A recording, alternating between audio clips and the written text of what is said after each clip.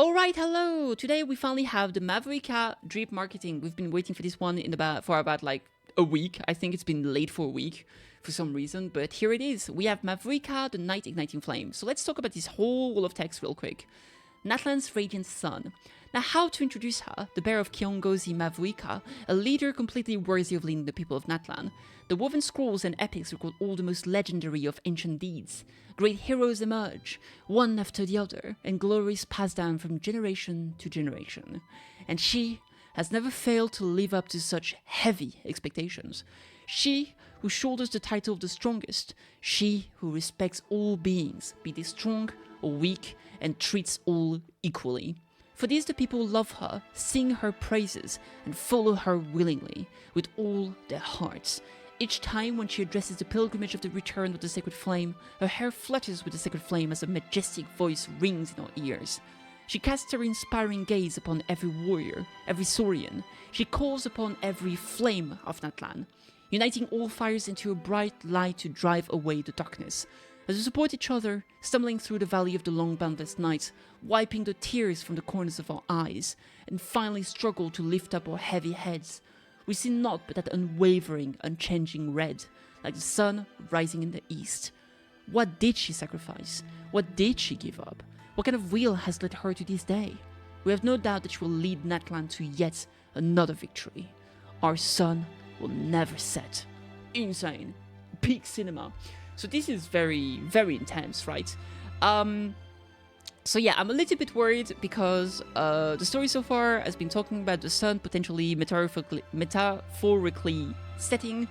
And here they say it will never. I hope it doesn't, because I love Mavuika. I love my Himeko in every universe. And there she is in all of her glory.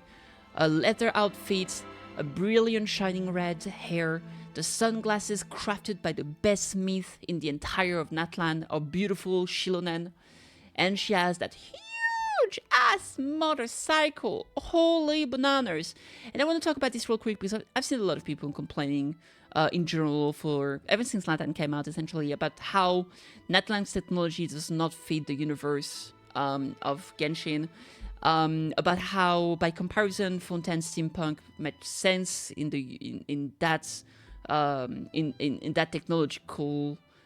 technologically advanced nation, and the way it's presented. How even though Kenria had like very advanced technology, or same with like the ancient dragons and stuff like that, it still fits thematically, I guess, to them. And I think it's a little bit silly to, say that the rest fit, but this one, in their opinion, doesn't fit the universe that it's in. I think, like, I kind of understand why they would think that it doesn't fit Natlan, because Natlan seems a little bit more, tribal, or a bit more connected to nature in a certain way, and so having something like so advanced doesn't, like, work that well. I think, honestly, first of all, I think it doesn't matter. Secondly, I think if Hoyoverse wants this to be in there, then it's gonna be in there.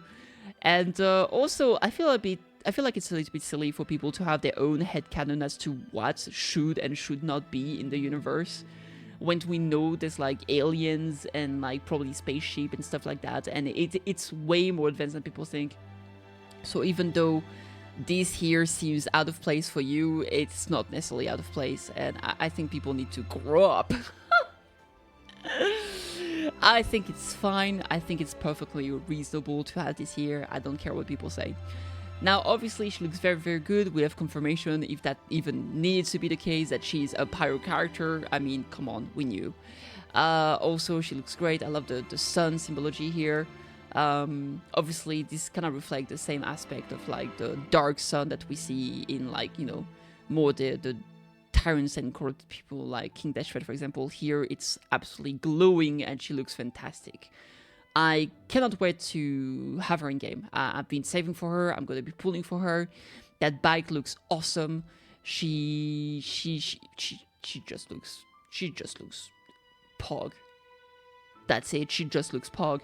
She has that bike. As I was saying before, like for example in Fontaine we had the characters with Uja and Numa, right? And then we ended up having Furina that had access to both of them in her same kit. And I think it's gonna be the same here. in Natlan, every single tribe character has access to a certain type of, world exploration, and I think her bike is probably going to be similar, as in she'll be able to do everything. So I think she's going to be able to move fast on land, she's probably going to be able to go on water, she's going to be able to climb, like Shilonen, for example. I think she's going to be able to fly. I think she's going to have access to all of those. She's probably going to have a big jump. It would make sense, right? She is the representation of Natlan, and I think she's going to have a way to have access to all those form of movement, in my opinion. Now, is it going to be as good as the other character? Maybe not. Maybe it's going to be a little bit tuned down, but I think it's definitely going to be at least a way to have access to all of those forms of travel. Especially if you look at the bike here, what tells me that is that you can see the thing in the back there. That looks like it serves as like propellers, right? Am I crazy? Like, I feel like this can be like wings. Like, you can go up, have that swing, propel you forward. I feel like she can fly 100%. So we have her here, and she looks absolutely great. I love her. I think she's great. I think she's great.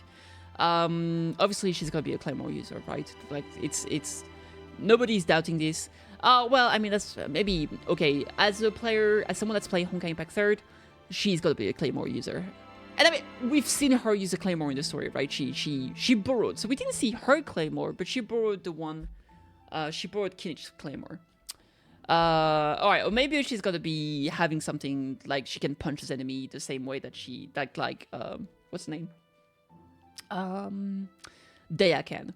Now, in terms of gameplay, I feel like she can probably get onto the bike and like run into enemies. Maybe she has something similar to what what's the name? The cat lady, Kirara has, where like Kira goes into the box and she runs into enemy and applies danger on everyone upon collision. Maybe she's gonna have something similar. She can get on the bike, hit enemies. I would also expect her to. The thing is that with the bike, it feels a bit harder for her to be like off-field, right? Maybe she's able to cast a skill that will deal some off-field damage. I could see her being similar to Raiden, like Raiden Shogun A. As in, she would be able to be both either off-field DPS or off-field DPS, or like have a mix of both. So I could see her being able to cast a skill that will still work off-field and deal damage and apply some pyro. And then when you get back to her, she'll be able to deal big damage with the ulti, and then she'll have like a buff to the damage, basically just like Raiden. So Raiden, for example, she gets stronger depending on the cost of the ultimates of her allies that are being cast, right? So maybe she can buff her teammates' attack percentage, for example, let's say, and deal like pyro damage over time. And while she buffs them and she's off field, every time our allies attack enemies or deal a certain amount of damage to the enemies, maybe she gets a stack. And then the more stack she has, the stronger she's going to be with the ulti, something like that, right? Who knows? I'm curious, but I feel like she's going to be a bit of an hybrid, because I feel like right now we don't need a straight up just pure fire DPS. I think we've had so many of those, and it would be nice to have a character that can do a little bit more. And I'm kind of expecting a little bit more from a Archon, to be honest. So I hope she's not just a pure main DPS, but we'll see how it goes. Now, moving on to this, we also have more posts here.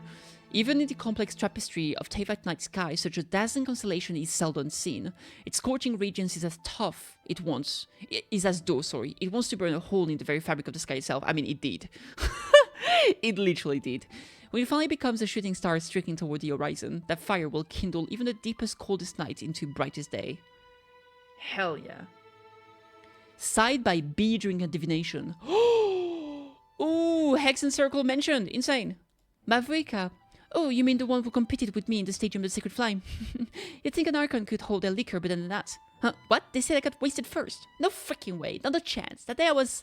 Hang on a sec. Now, what did I consider by an Archon that day again? Varka's response to Alice's question about the result of the meeting in Natlan, as he scratched his head in thought. Alice? Varka is Varka is the head of the Knight of Avonius, because Jean is only the there's a word for that. She's only the one standing there at the moment. And Alice is obviously Klee's mother, so another connection to the Hexen Circle. Very interesting. And interesting to see that Varka is on like talking terms with Alice. I didn't know if they even knew each other. Interesting. So Mavuika, the night igniting flame, Natlan's radiant sun, Pyro, and her constellation name is Sol Invictus. What does Invictus mean? Invictus meaning, I think, is it unconquerable? The unconquerable sun, the undefeated sun. Oh, that's such a good name. Damn, she's badass. Okay. And I think we have a little bit of an animation here.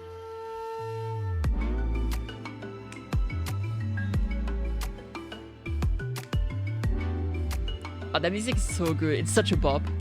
Alright, nothing much to see here, unfortunately, but I mean, it's always nice to have a little bit of Natlan music because it's so good. So yeah, I'm super, super excited. I'm looking forward to it. I cannot wait for the live stream to be live. It's not going to be right now. Wait, did it already happen? No, we didn't have the 2.7 live stream. Surely not. Or maybe I missed it. But yeah, I'm excited. What do people say? Let me see. The champion will take hold, and may I take you instead, ma'am. True. Biker lady. What if she might be better than Shelling? Ain't no way. Shelling, the true Pyro Archon, is never going away. Genshin keeping us on our toes. True. Mother and the back have arrived. What took so long? One fight star character, please. Yeah, she's been very, very late. Let me unzip a few centimeters. Yeah, people are down bad for her. Alright, it's nice to see that people are very excited for her. I like that. It's always a good time.